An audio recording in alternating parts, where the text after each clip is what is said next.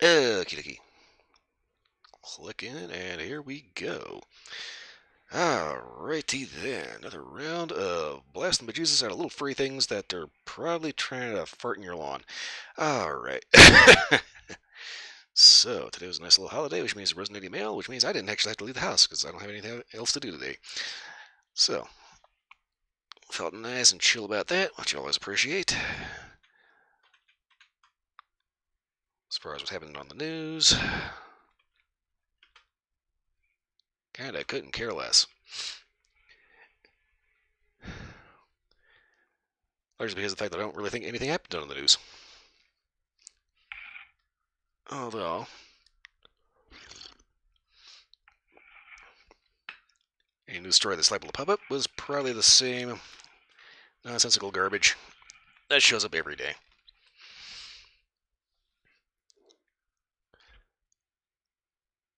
So, Real World News has absolutely nothing to do with my stream today because I just want to sit back, relax, and pop a little Spanish piggy.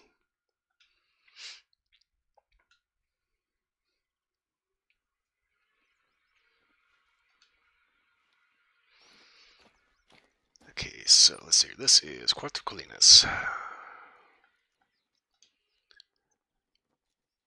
Ibex prancing deer. What?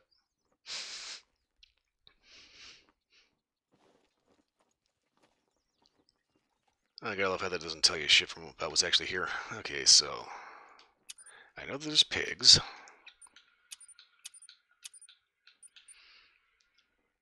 Okay, we need the jackrabbit color because there are wolves here.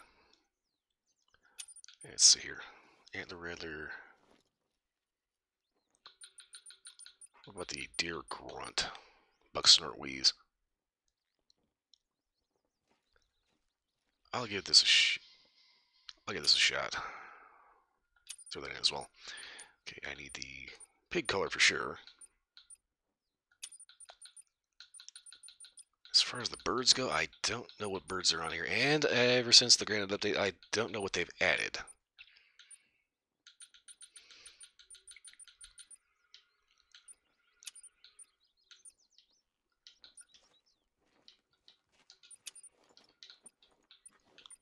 Okay, so I'm going to ditch the 22 Hornet because I don't know if I'll actually need that or not.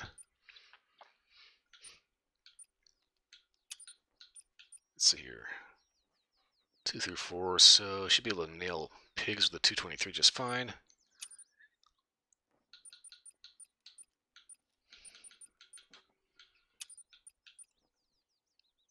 Okay, so I'm going to actually ditch the 308 here. Because I actually do want to roll with something a little different.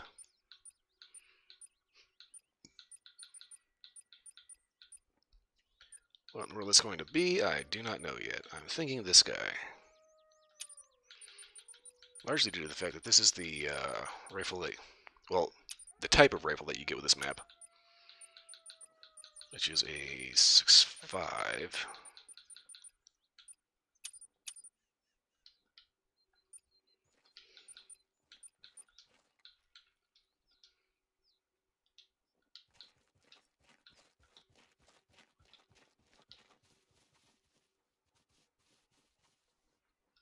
Oh, helps actually put it in the right slot.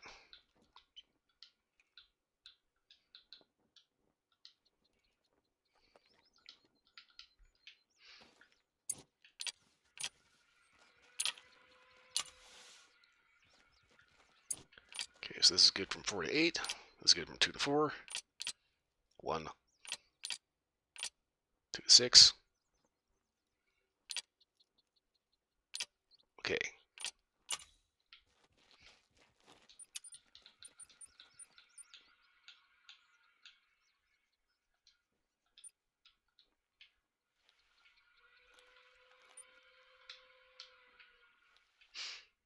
Never fails. Load in. Get locked and loaded. Geared up, ready to go. Time to go to bed. Son of a bitch.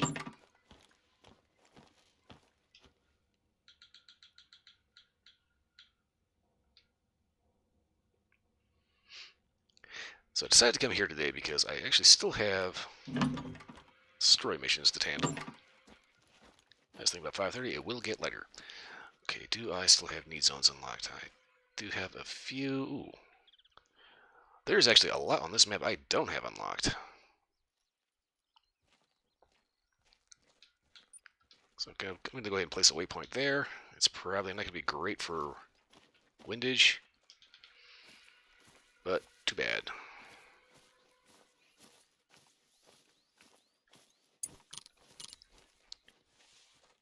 Okay, what do we got down here? Road here, okay. It's level 3.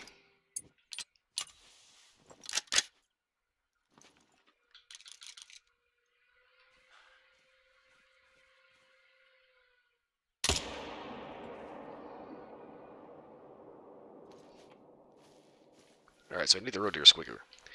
Okay, just a quick heads up here. I keep saying like a Thursday. I was planning on doing like something Bethesda related. Well, I decided I was going to keep Thursday open, and I kind of did something that I wasn't quite anticipating. I ended up setting up a Twitch drop, so I'm going to Thursday be doing Elite Dangerous.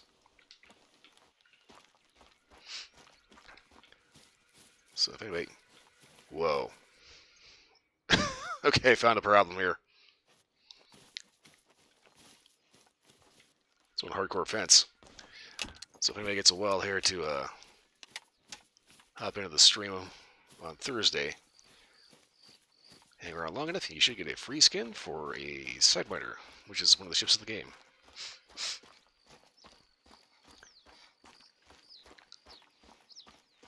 Yeah, you get to hear me rattle off about how I actually like the really, really stupid ship. Okay. No. Are you kidding me?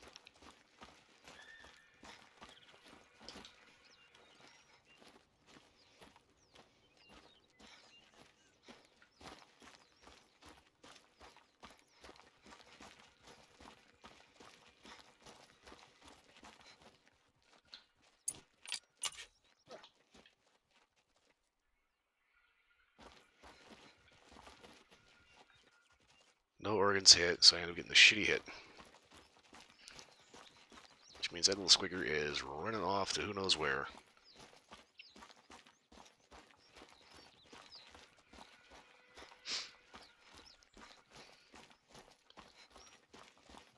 Yeah, it's kind of interesting. The Sidewinder in Elite Dangerous is like one of the first ships you start off with. Well, it's the actual intro ship. Basically, your character is a member of the Pilots Federation, so obviously if you're a pilot, you need to have something to fly, right? So they just give you a ship that they basically churn out about as fast as they can churn out a beer can. Which is kind of weird because it's a spaceship that's designed to fly between stars. But they just crank these out, and it's the first ship you get in the game. And just a lot of people have a soft spot for it just because it is the first. And it's kind of the one that you can blow up 50 times, so they just keep giving you new ones. They're very versatile, they're very light, and they actually don't make for too bad of fighter pilot or fighter craft. Well, me personally, I tend to go for Eagles or Imperial Eagles, preferably the Imperial Eagles.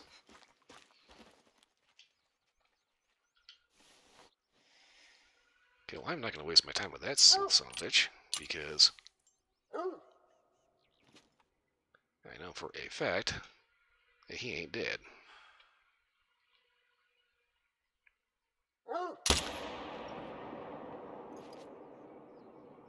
That was a butt shot. It had to have been a butt shot.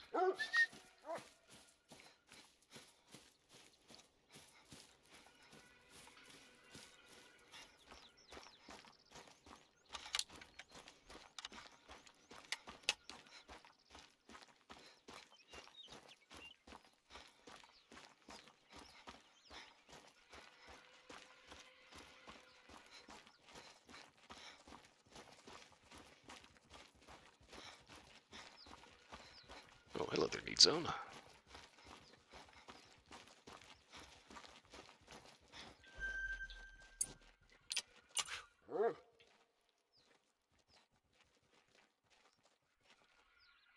Okay, I'm really starting to wonder what the hell's going on with this 5.56. For some reason, it is not killing shit.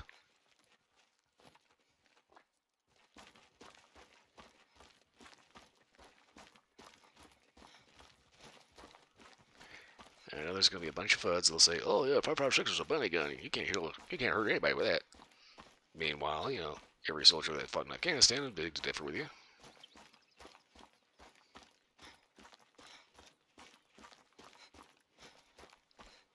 This is the big thing I don't get about this rifle in this game. For some reason, every rifle in this game recoils like a son of a bitch, which doesn't make any sense. Because if you've ever shot an AR, or even seen a video of someone shooting an AR, they vibrate, but they really don't,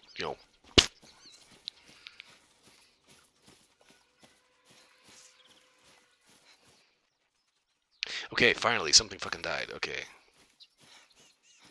Not a complete waste of time. Mush!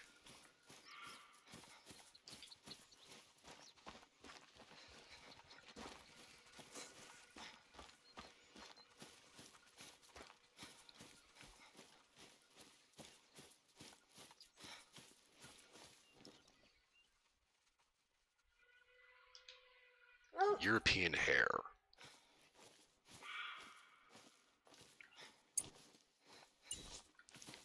I don't know, maybe I should have brought the 22 Hornet.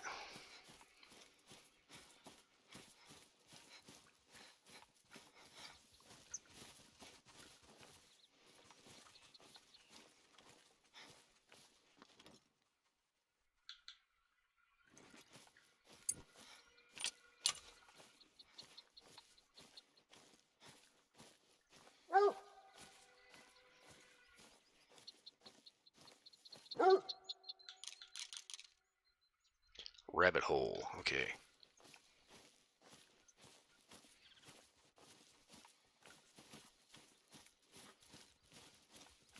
I think I found my deer.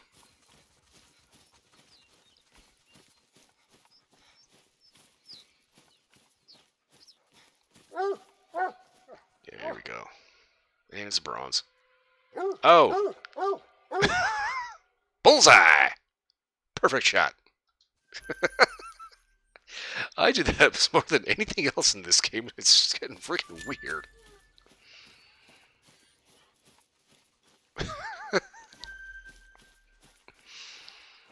Oh man, you have no idea how many butt shots I have in this game. Good lord. Hello?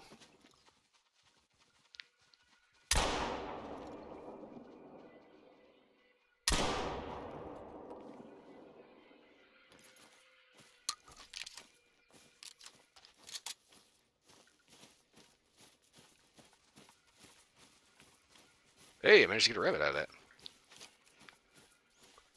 Hey, Rocky, why'd you pull a rabbit out of the ground?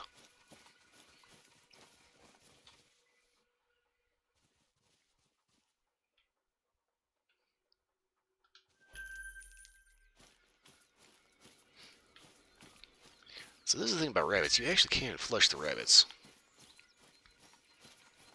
That said, you can only flush them so far before eventually they despawn.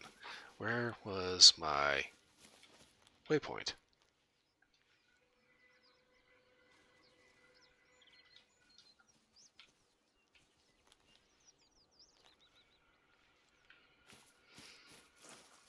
I almost completely forgot where I was going.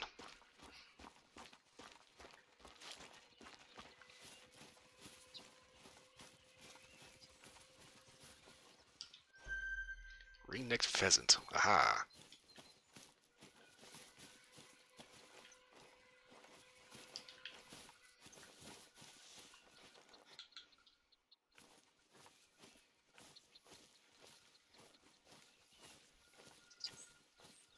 Okay, I think I'm going to go ahead and keep the zeroing for the shotgun at like 25 meters. 25 meters. Because typically shotgun range is handgun range, which is about 25 yards.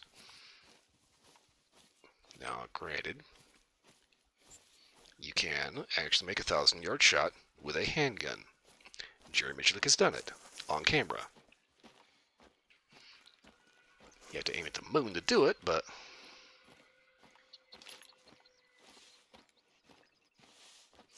it is doable. Do I recommend it? No.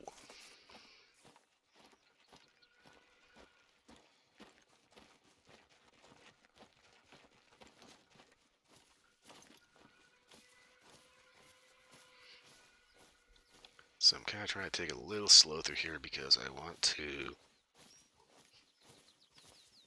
see if there is a pheasant in the area. If I can maybe get him to burp first.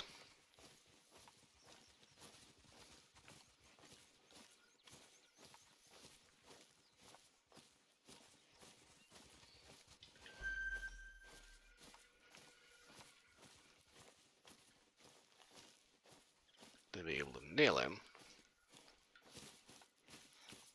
Oh, I think I'm out of the zone for that. Okay, let's see here. You got rest zone for roe deer. That's not what we're looking for. Marina pheasant 0 to 4. So yeah, they've probably already moved on. So we're about 2 hours late for that.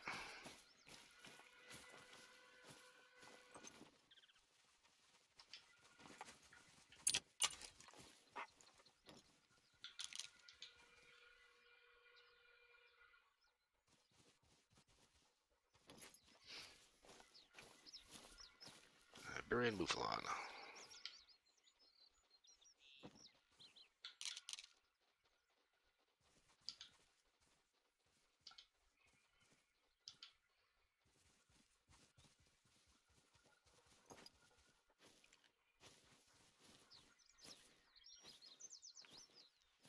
Okay, they are fleeing things. I don't know if they're fleeing because of me or because of something else.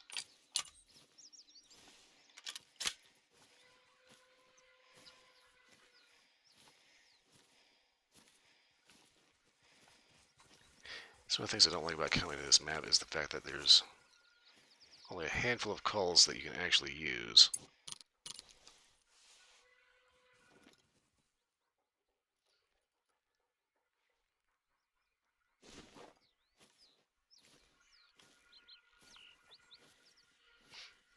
So this is kind of a thing.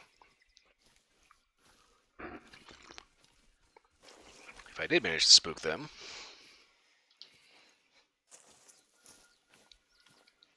I can typically just take it kind of slow, keep it walking.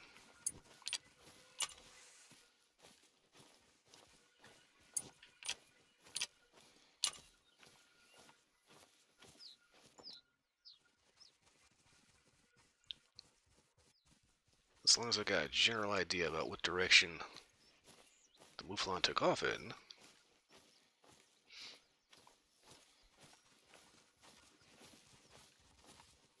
you should hopefully have enough wide open spaces that I'll be able to get a shot off on them, and they hopefully will chill out to the point. Ooh.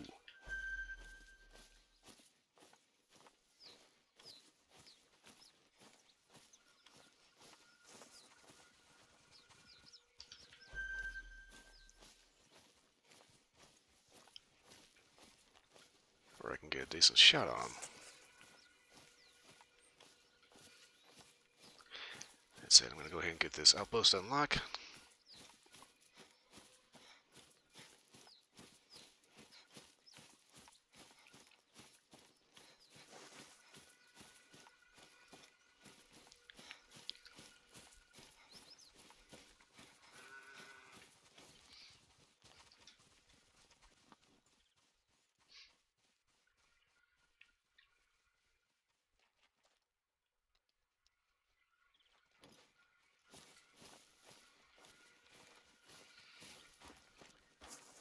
Get this unlocked, and hopefully they will still be there.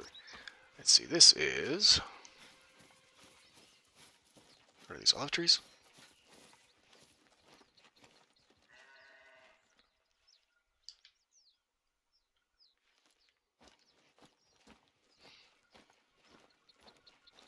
Yeah, I think these are olive trees.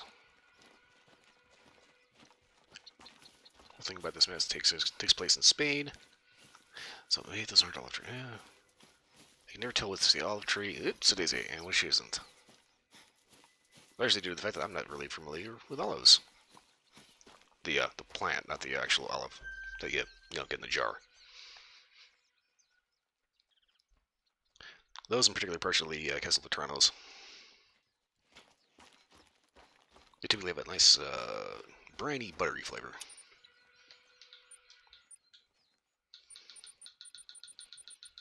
Okay, so just in case of rabbits.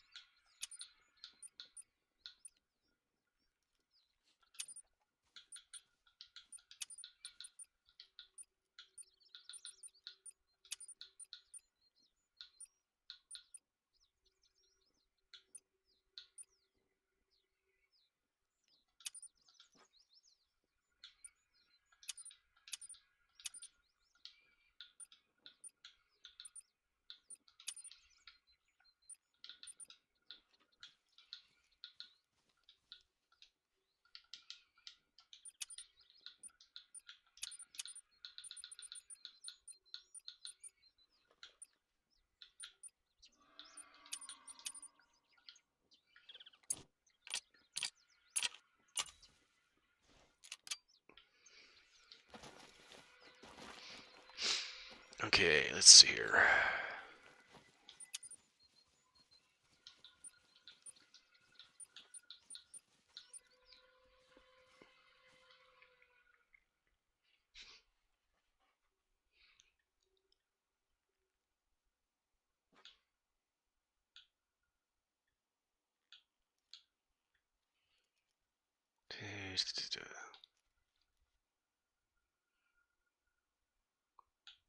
Does not tell me what the price is on this.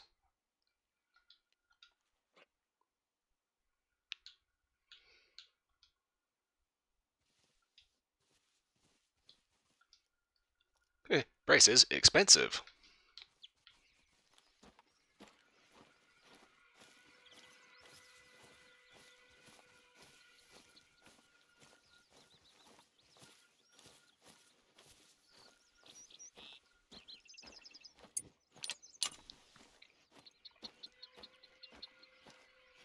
Okay, so what I need to be paying attention to is nailing a wild boar.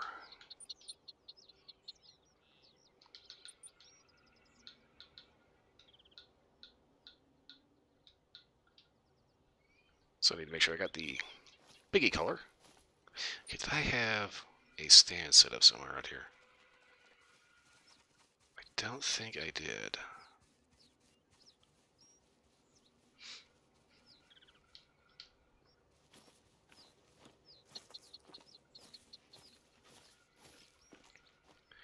Okay, so on our way up we passed olive fields.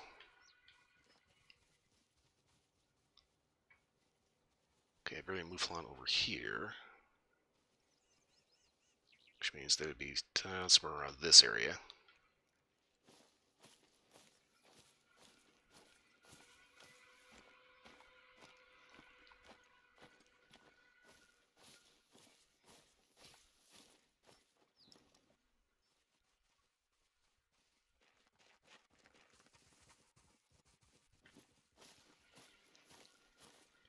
Okay, so here's the olive grove. At least I think it's olives. Anyway, pretty sure they probably would have gone further down the hill. So I'm going to pick up the pace a little bit here.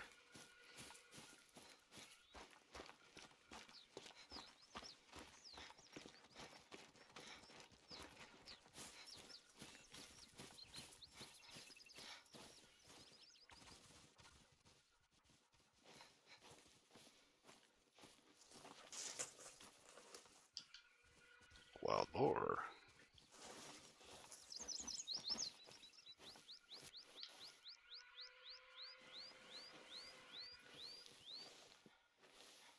Get to a point where I can see without sliding down the hill.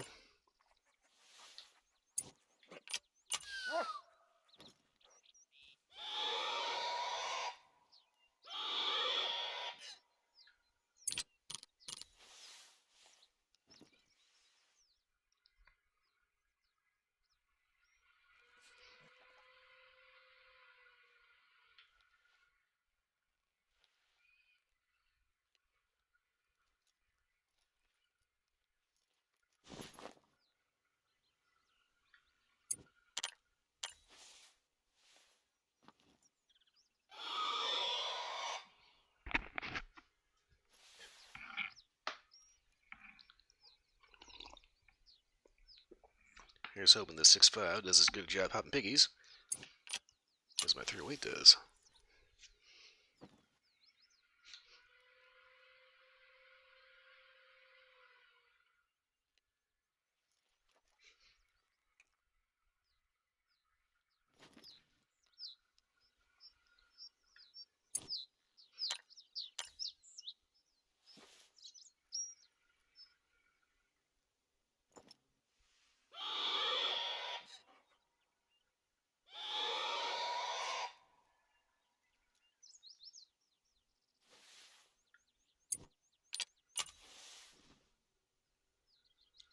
I love how the sun can go behind a cloud in this game.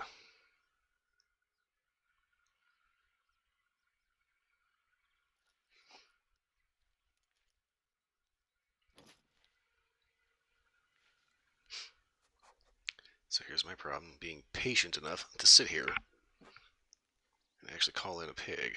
Thing is, I don't know exactly how paranoid they are. They may have already taken off.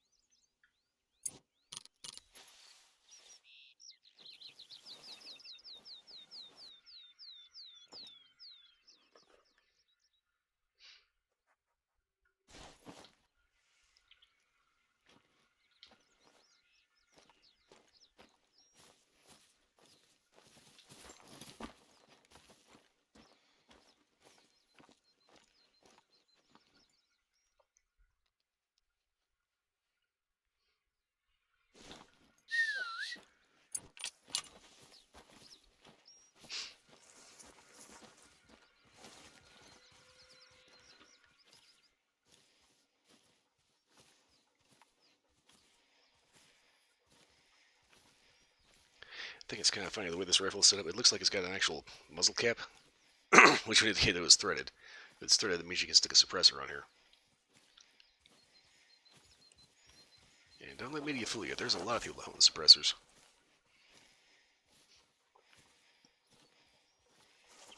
Personally, I think it makes sense.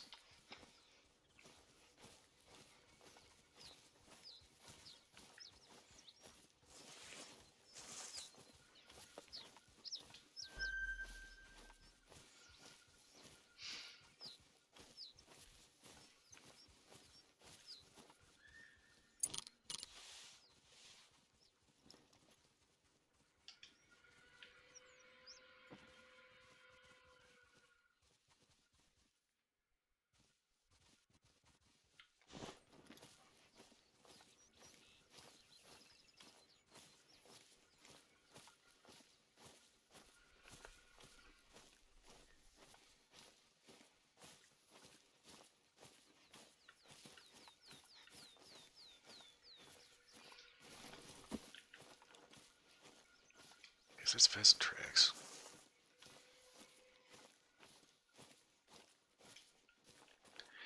Rabbit exhaust.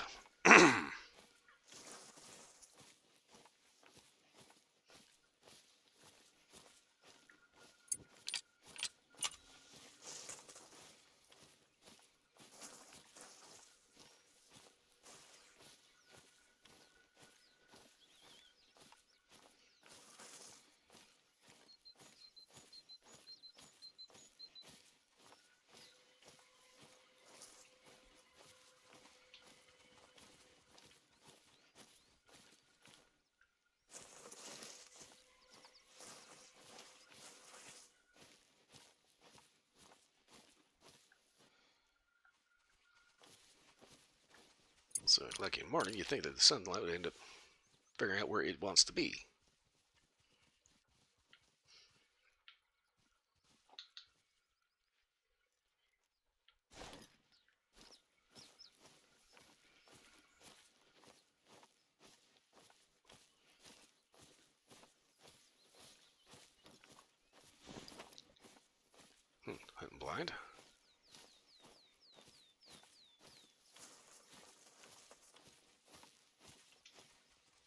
Barbarian Wolf, great.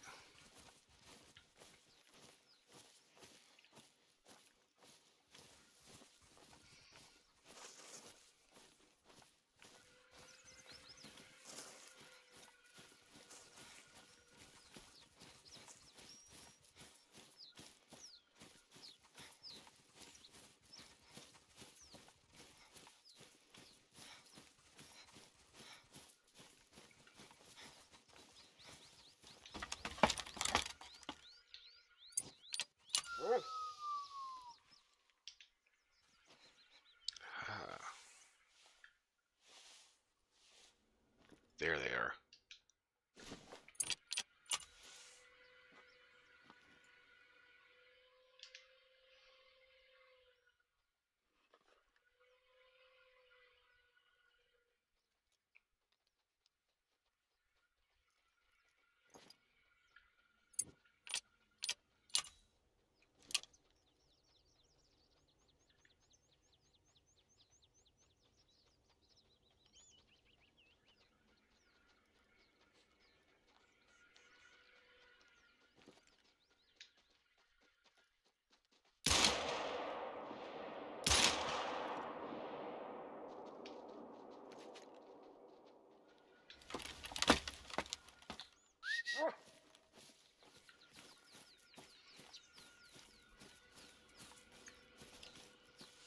Oh yeah. I'm good. Oh yeah, he did. Oh shit, there he is right there.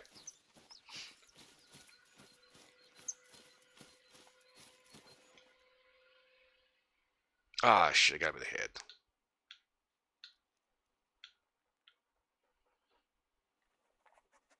It's perhaps a little smaller than I had been hoping for, but it should do the job nicely. Now that you've done the hard work, it's time to hang it up. Cresta Ribereña has a shed with a rack where you can hang it. Call me once you've dropped it off, and I shall have someone collect it. Okie dokie, that's 2 clicks out. Okay, ooh. Yeah. I am not walking all that way. Fuck that. Hell no.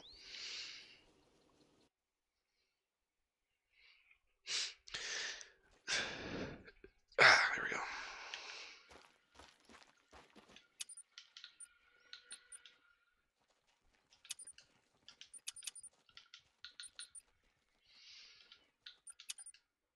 Wait a second, do I want to...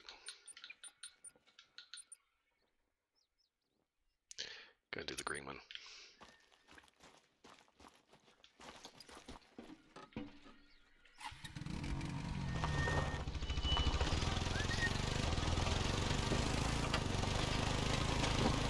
Ah, what the hell?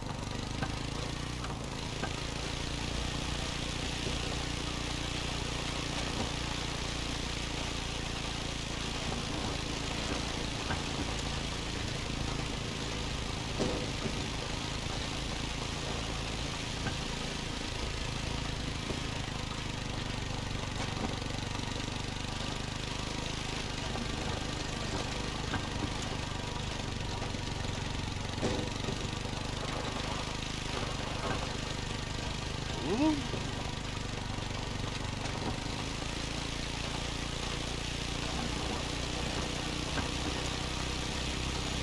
I really should not have taken that second shot at that pig's skull.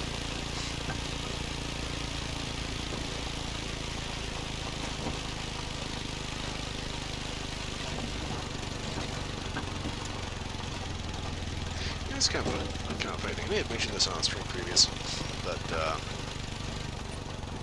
I actually looked at the prices. Prices of ammunition.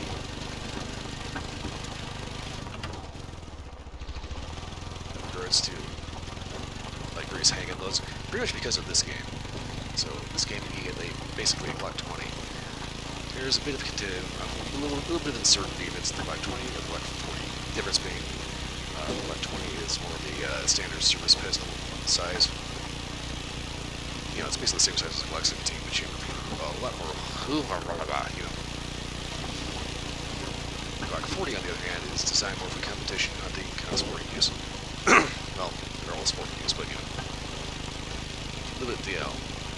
less put it in your pocket or take out on the wide open prairie. And the 40 is designed, what the hell, with a 6-inch barrel with a slide match. I was taking a look at the,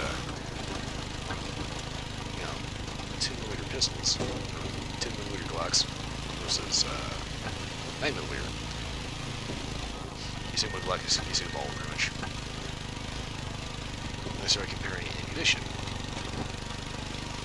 So you need your Glock 19, 9x19 barrel ball, Glock 20, 10mm auto, Glock 21, 45 ACP.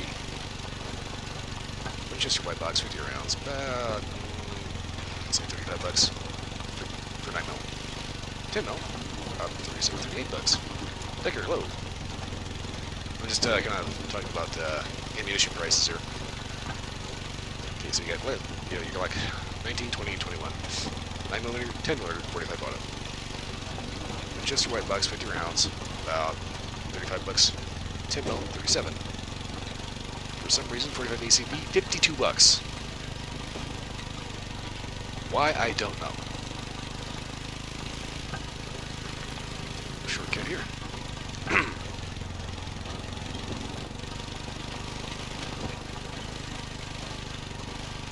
Taking a ham delivery across the Iberian fields, or wherever this is.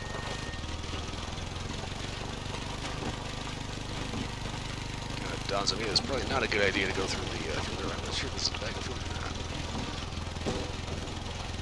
It kind of does.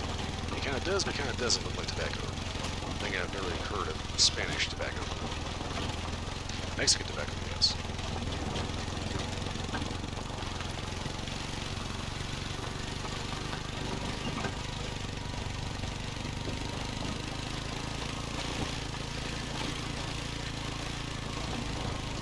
I decided to hop onto this map to take care of some story missions.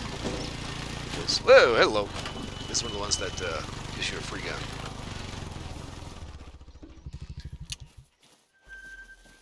It's not to say they didn't already go out and buy one of the versions of the guns it gives you, but the skin it gives you is unique.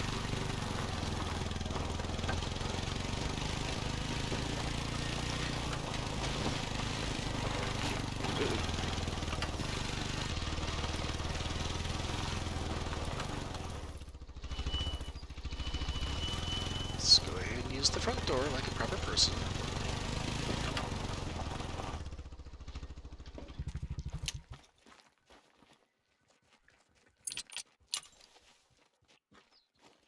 Go and swap to a bolt action because every time I end up picking up the, getting on and off the bike, the slide keeps going forward on the pistol. Why, I don't know.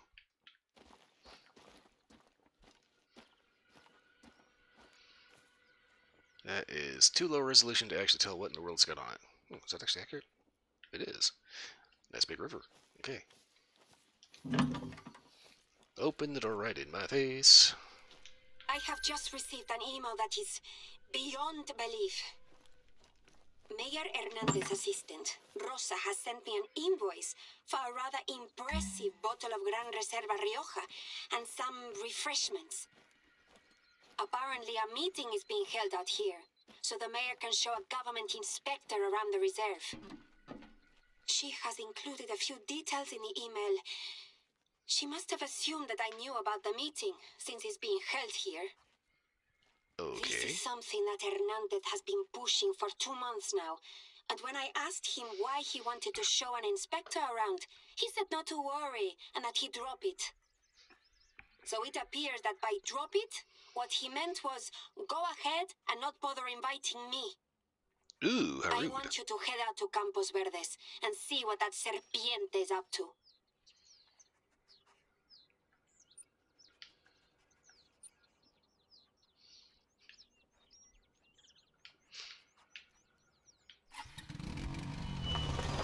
On the plus side, I am in the neighborhood.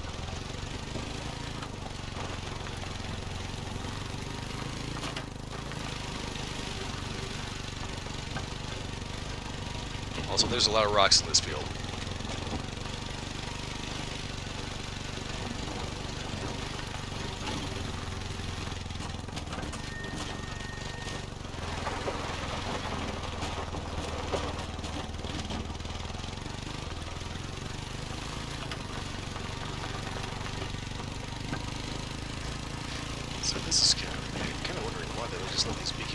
bales out here.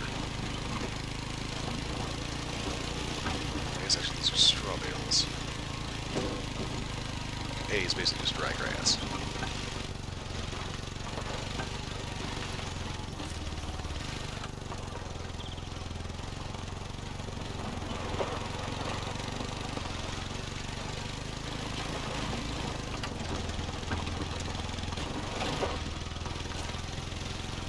It looks like it's empty. What's it like inside?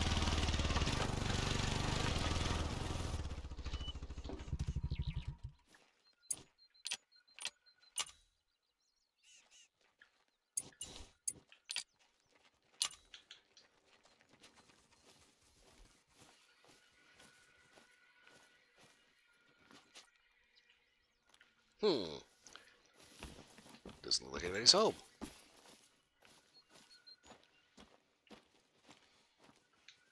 My house now.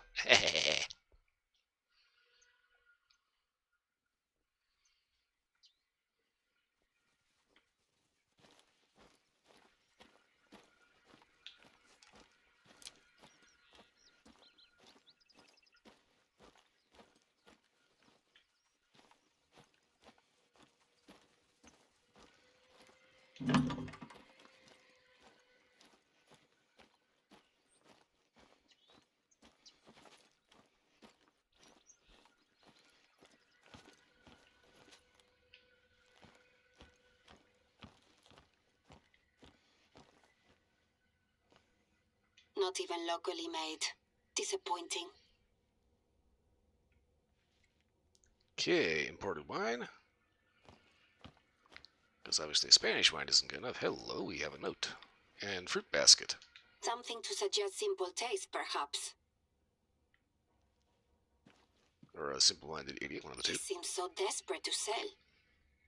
So he's putting on a show for this government official, trying to get him to sign off on selling the reserve.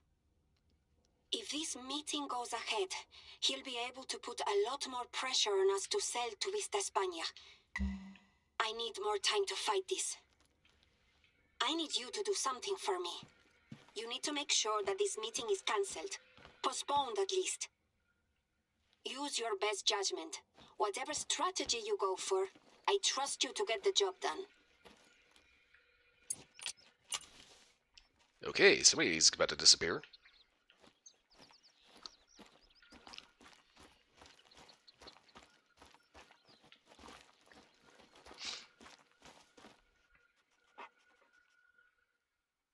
Okay.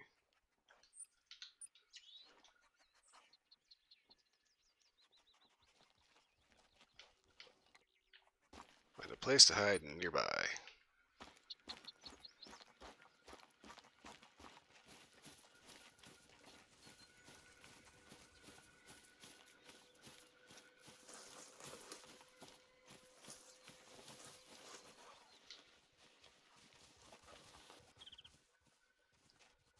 Am I hidden?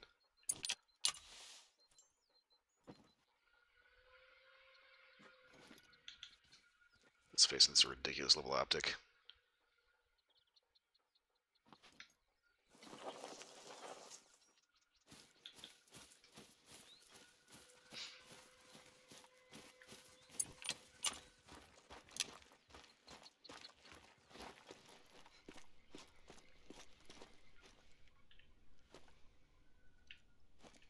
I'm not entirely sure exactly where they want me to hide.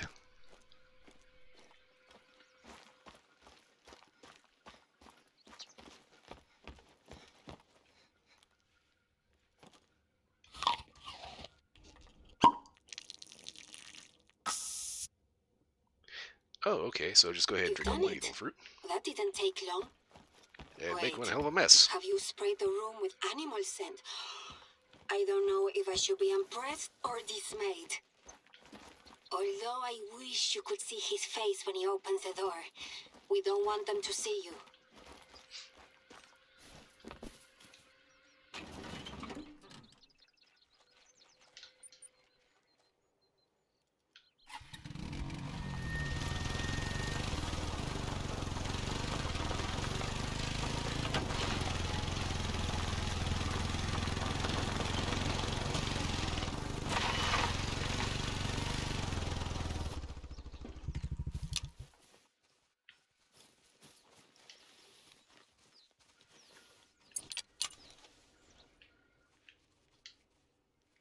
This is where I'm supposed to be, right?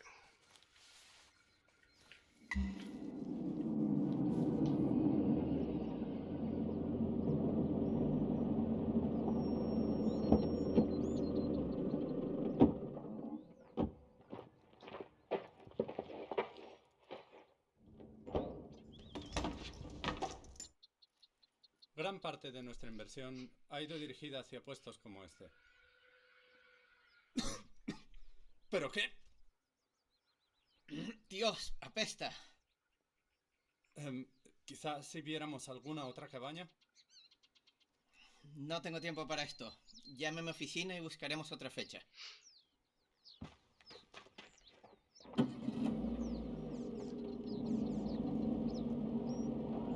Yeah, I could definitely cancel that meeting real quick by just, like, popping a shot in the dirt next to him.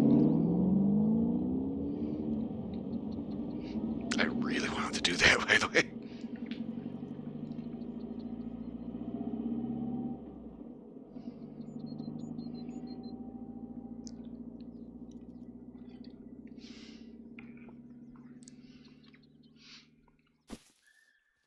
It worked? You may have made my new lodge smell like a pig in heat, but it was worth it. I should call my lawyers. I suppose I ought to call the cleaners too. Yep, you better, because I ain't going back in there. Just bought me the time I need to get things in place to protect the reserve. I couldn't have done this without you and your uncanny vandalizing skills. Sadly, there's no time to enjoy this small victory. We've had several reports of sick and dying animals, all within a short distance of each other, scattered around the small lake. Naturally, if this is something serious, I'm likely to have the farmers at my door demanding answers. They have never seen this before, and they're scared. With that in mind, I want you to visit the area. If my hunch is correct, I believe that the lake could be the source of this issue. Uh-oh. Oh, I meant to tell you. I spoke to my father.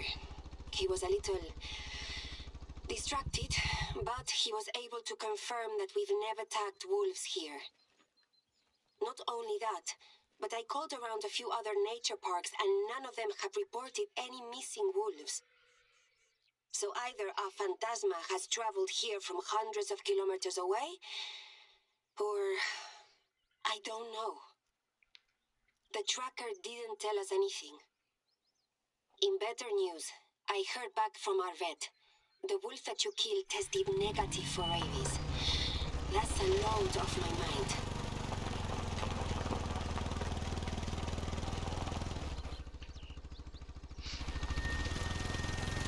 Okay, so...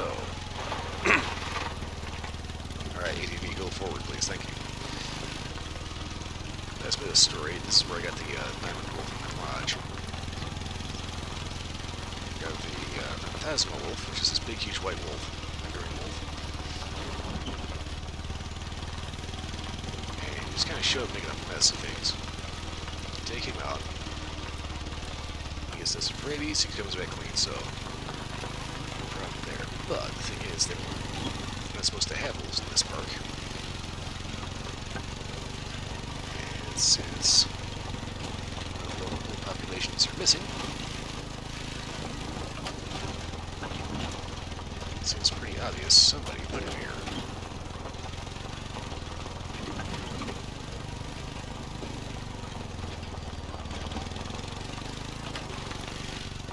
That's the lake I'm talking about. Have a look around.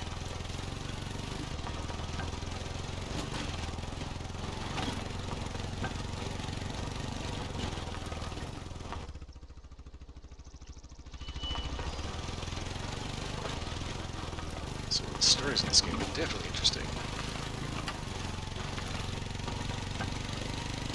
Least favorite story is definitely, though, that Bed Tiger one.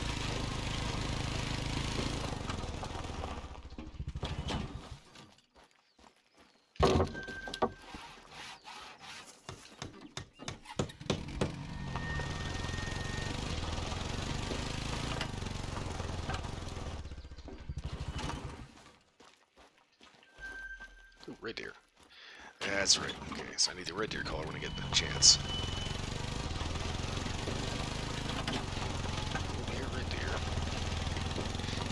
That's kind of weird. It's like a cross between a couple of different maps. Marshmallow, Patagonia. Buena Rancho.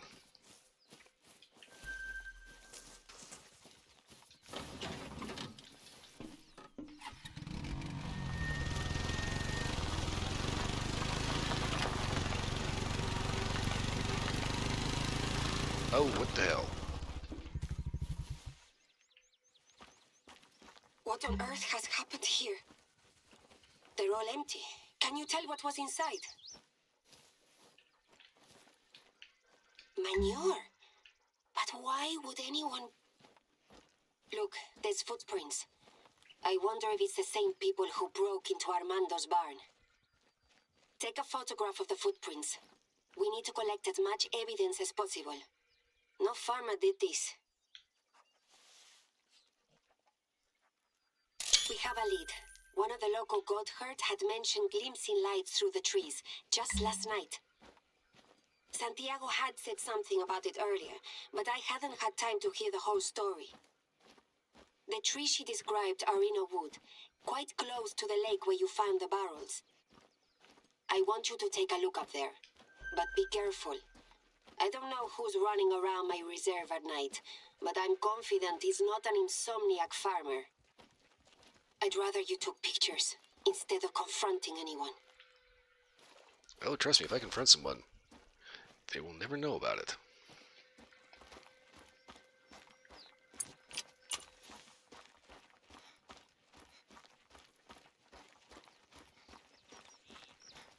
So somebody's dumping barrels of shit in the lake. Like, literally.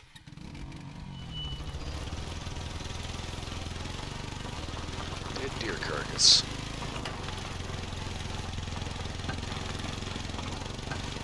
Sabotage throughout the park.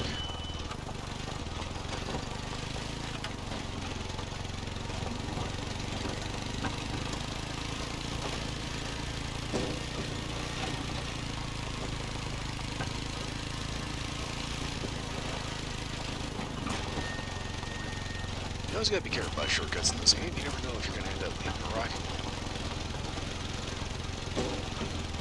You turn into an impromptu oversized spitball.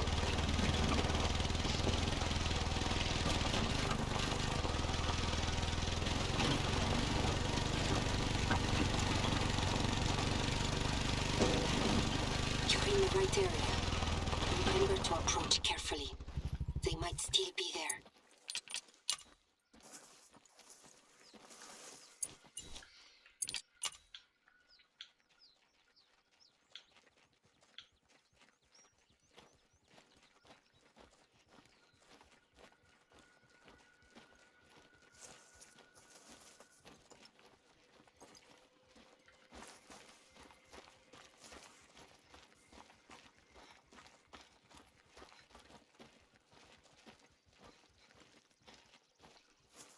Just in case they happen to still be here, I'm going to be prepared. Takes off that man, plugs in 30 round.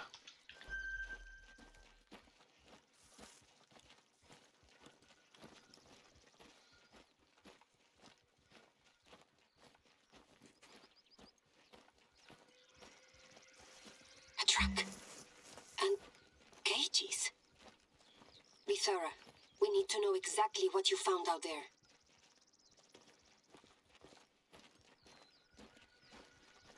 And they stole a stop sign, too. These guys are fuckers.